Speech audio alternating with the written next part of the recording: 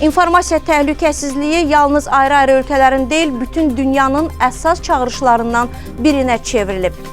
Nəzərə alaq ki, bugün süni intellekt texnologiyaların sürətlə inkişafı həm də yalan məlumatlar və deepfake videoların artmasını xeyli asanlaşdırıb.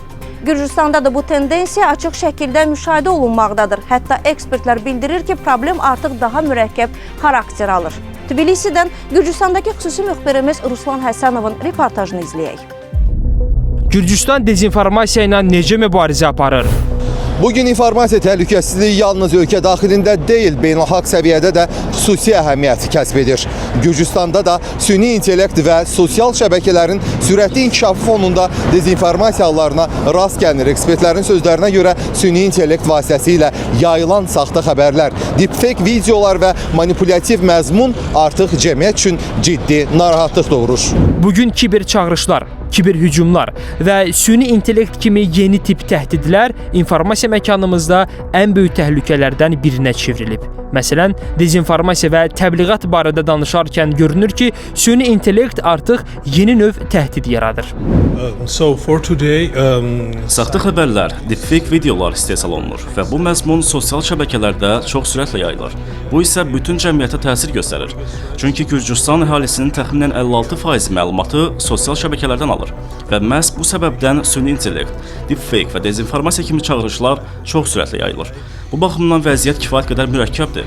Bir sıra islahatlar həyata keçirilsə də, Gürcüstan cəmiyyəti hələ də dezinformasiya və süni intellekt tərəfindən yaradılan məzmun qarşısında özünü tam təhlükəsiz hiss etmir.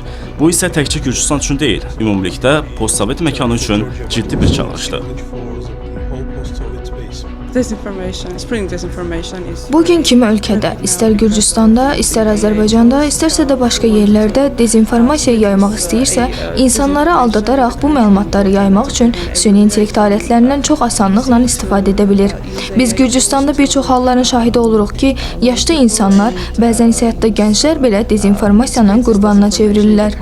Çünki bugün süni intellekt dezinformasiyanın yaradılmasını və yayılmasını əvvəlkindən daha da asanlaşdırıb. Son 2 ildə Gürcüstanda süni intellekt tərəfindən yaradılan dezinformasiya, o cümlədən deepfake məzmunlar geniş yayılıb və populyarlaşmağa başlayıb. Əsasən bu cür dezinformasiya sosial şəbəkələr vasitəsilə yayılır. Çünki bu platformalarda məlumat paylaşmaq çox asandır. Digər mühüm problem isə Gürcüstan cəmiyyətində yüksək səviyyədə qütbləşmənin mövcud olmasıdır. Bu qütbləşmə də saxta məlumatların yayılmasına əlavə təkan verir. Mütəxəssislər deyir ki, informasiya təhlükəsizliyi artıq sərhəd tanımır. Dezinformasiya lokal deyil, qlobal təhlükədir. Ona qarşı effektiv mübarizə isə yalnız ölkələrin birgə və